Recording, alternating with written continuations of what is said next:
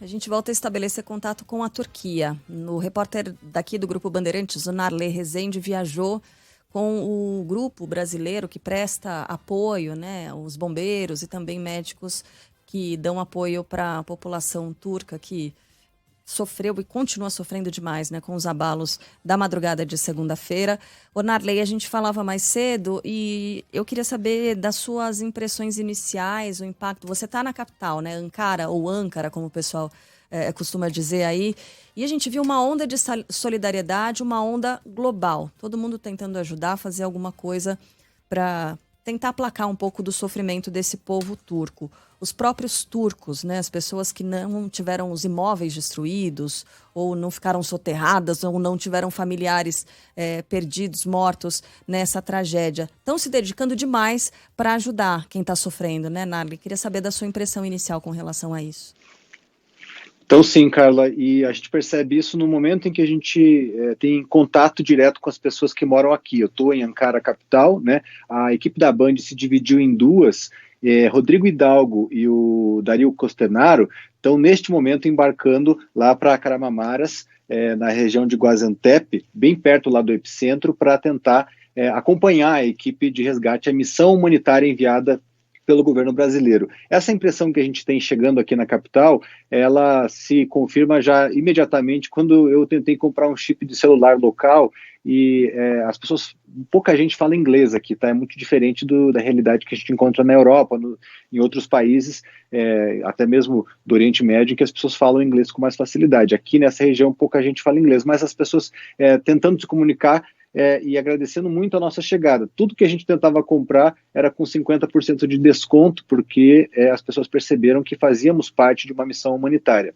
Tivemos que desembarcar aqui em Ankara no improviso, porque a previsão inicial era que a gente fosse lá para o aeroporto de Adana, né, já mais perto, na região leste, mais perto do sudeste, que é onde tem maior demanda por ajuda humanitária. Mais de 70 países, Carla, enviaram já missões aqui para a Turquia. O que eu percebo aqui, Carla, é que a missão ela é muito mais complexa do que dá a entender quando a gente olha de fora no primeiro momento. A gente pensa, não, o governo brasileiro enviou uma aeronave da Força Aérea Brasileira, né, você carrega e manda essas pessoas para lá. Mas tem muitas intercorrências nesse caminho, a começar pelo cansaço das pessoas. A equipe de Minas Gerais, por exemplo, os 6 de Minas, que a gente tem chamado aqui, são os maiores especialistas em busca e resgate do país e talvez do mundo, pessoas que já atuaram no Haiti, no Moçambique, nas grandes tragédias brasileiras como Brumadinho, que é uma das maiores do mundo também, certamente a maior brasileira também em desastres ambientais, no caso de Mariana, né? Essas pessoas trabalharam em todos esses momentos. E eles estavam viajando, Carla, desde terça-feira, quando eles embarcaram de Minas Gerais para São Paulo. Então, para reunir todos esses especialistas, as equipes de ponta do Brasil, já tem um trabalho que precisa considerar essas questões. As pessoas precisam dormir também, né? Precisam se alimentar e ter o mínimo para poder chegar aqui, inclusive, e ter todas as faculdades necessárias para poder ajudar, né? E trazer o que eles têm de melhor, que é a especialidade nas áreas em que atuam.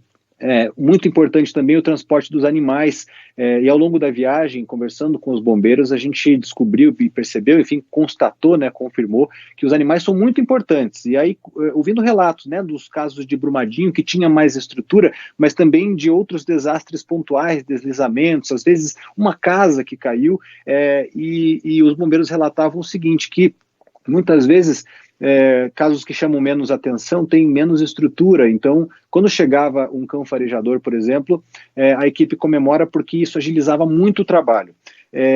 Outra questão importante que a gente percebeu ao longo dessa viagem foi o profissionalismo desses agentes, né? Eles sabem e têm certeza disso, e não é uma questão, assim, vamos dizer, mais humana, né? A gente tem vontade de encontrar pessoas vivas ainda nos escombros, né? Muito se fala nas primeiras 72 horas, a gente lembra que 79 horas depois do terremoto, do primeiro e mais forte, de magnitude 7,8 na escala Richter, uma criança foi resgatada há poucas horas, e eles acreditam, tecnicamente falando, vamos dizer assim, que até 20 dias depois é possível encontrar pessoas vivas. E a missão brasileira tem esse objetivo, toda a estrutura montada, os profissionais escolhidos, toda a logística organizada para essa missão tem o objetivo de encontrar sobreviventes.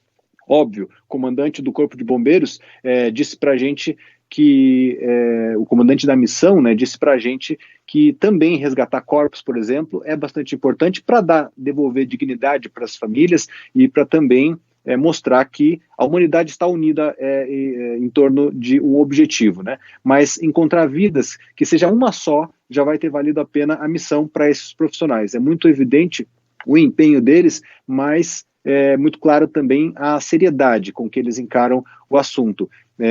Não é uma coisa emocional, sabe? É nesse sentido que eu queria explicar.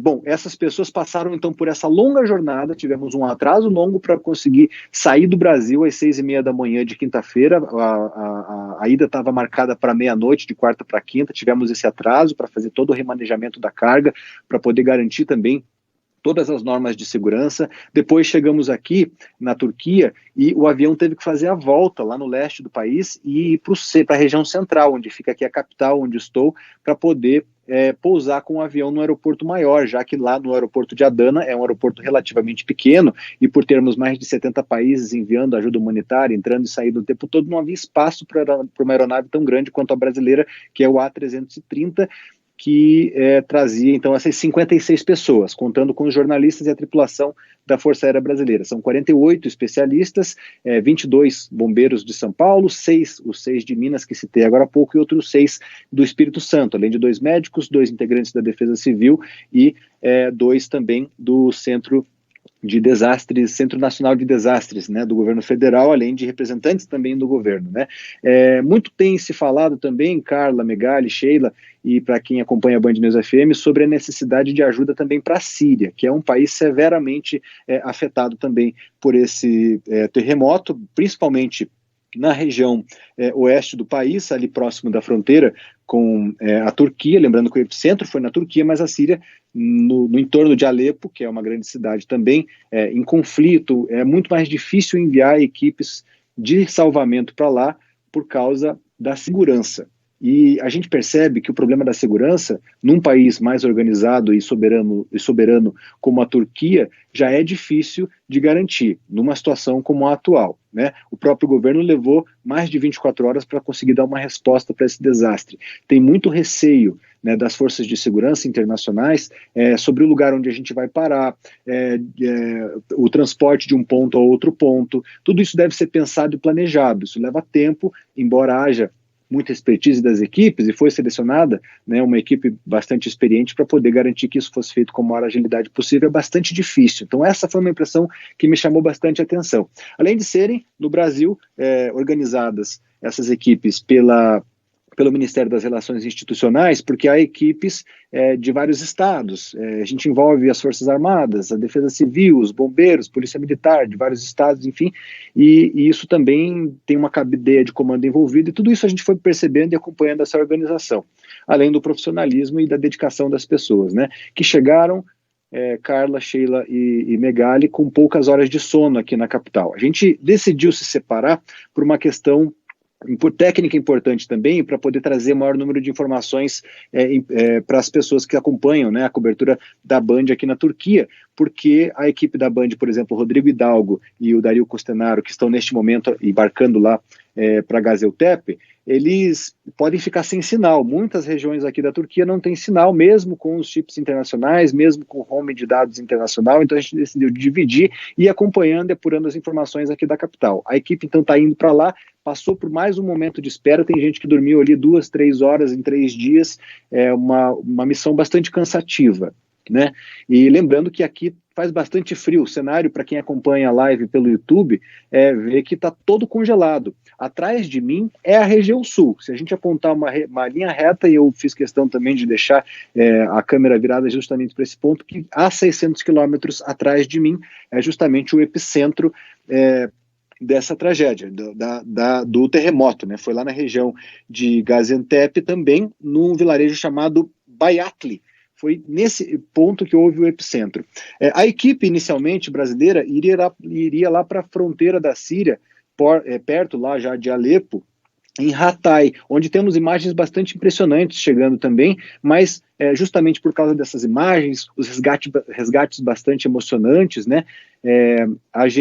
Muitos países mandaram também missões para lá. E aí a Defesa Civil turca, no momento em que a gente, depois de várias horas, conseguiu desembarcar na capital, pronta já para ir para Hatay, houve essa mudança por orientação da Defesa Civil e também das Nações Unidas para que a equipe brasileira de especialistas dessas especialidades fossem enviadas, então, lá para Kahramanmaraş. Kahramanmaraş, vamos dizer assim, uma província que fica ao lado de Gaziantep, ali bem pertinho do epicentro. São 7.000 edifícios que desabaram, milhares de pessoas ainda estão desaparecidas. O número de mortos, que passou de 21.000, somando os 17.000 da Turquia com os outros 3.000 da Síria, já supera aquele estimado pela Organização das Nações Unidas, né? A gente está, se não me engano, no 5º dia agora, já desses trabalhos de resgate. Ainda há muita gente desaparecida, muita esperança também de encontrar sobreviventes. E a solidariedade é bastante visível, e a gente foi muito bem recebido aqui na Turquia, embora haja esse clima de tristeza. O país está em luto, as bandeiras estão em meio mastro, as pessoas estão cabisbaixas, estão todos muito apreensivos com a situação. Aqui, na capital onde a gente está, em Ankara, também houve tremores, tá? Mas os edifícios não tiveram nenhum tipo de abalo. A gente não encontra na rua aqui problemas relacionados às estruturas, as pessoas estão relativamente seguras. Inclusive, muita gente que estava no sudeste, no leste, no sul do país, veio aqui para a capital por ser considerada uma região segura. Nas outras cidades, a orientação da Defesa Civil é que as pessoas não entrem em nenhum edifício que tenha qualquer tipo de rachadura, até porque as perícias, os engenheiros estão sendo muito demandados agora, e é bastante difícil fazer laudos que garantam a segurança dos edifícios, né, de todo o país, já que muitas cidades tiveram essas estruturas abaladas. Aqui na capital também, os prédios, muitos deles têm já uma engenharia específica para aguentar esse tipo de abalo sísmico, né? Diferentemente do que acontece lá na região leste, uma região mais pobre, que há, inclusive, muitos refugiados sírios. 8 milhões moram na Turquia, estão na Turquia neste momento, e a maioria nessa região mais pobre do país. Narlen, obrigada pelas suas informações, um relato completo. O Narlen Rezende continua na Turquia, assim como o restante da nossa equipe. Ele explicou, a equipe se dividiu, trazendo todas as informações sobre o trabalho de resgate. Fiquei impressionada com essa sua informação de que, tecnicamente, são 20 dias, ainda com essa possibilidade de encontrar pessoas com vida. Né? Claro que isso depende da formação de bolsão de ar ali sob os escombros, de acesso à água, mas, enfim, ainda mantida a esperança. E um resgate feito recentemente, né? Hoje ainda. Então, a gente vai trazendo essas atualizações e também, infelizmente, dos números muito tristes, já que são mais de 50.000 pessoas que ficaram feridas, milhares de desaparecidos. Então, a situação é absolutamente dramática, de devastação na Turquia e também na Síria. Bom trabalho para você, Narlen. Até mais. Obrigado, até a próxima.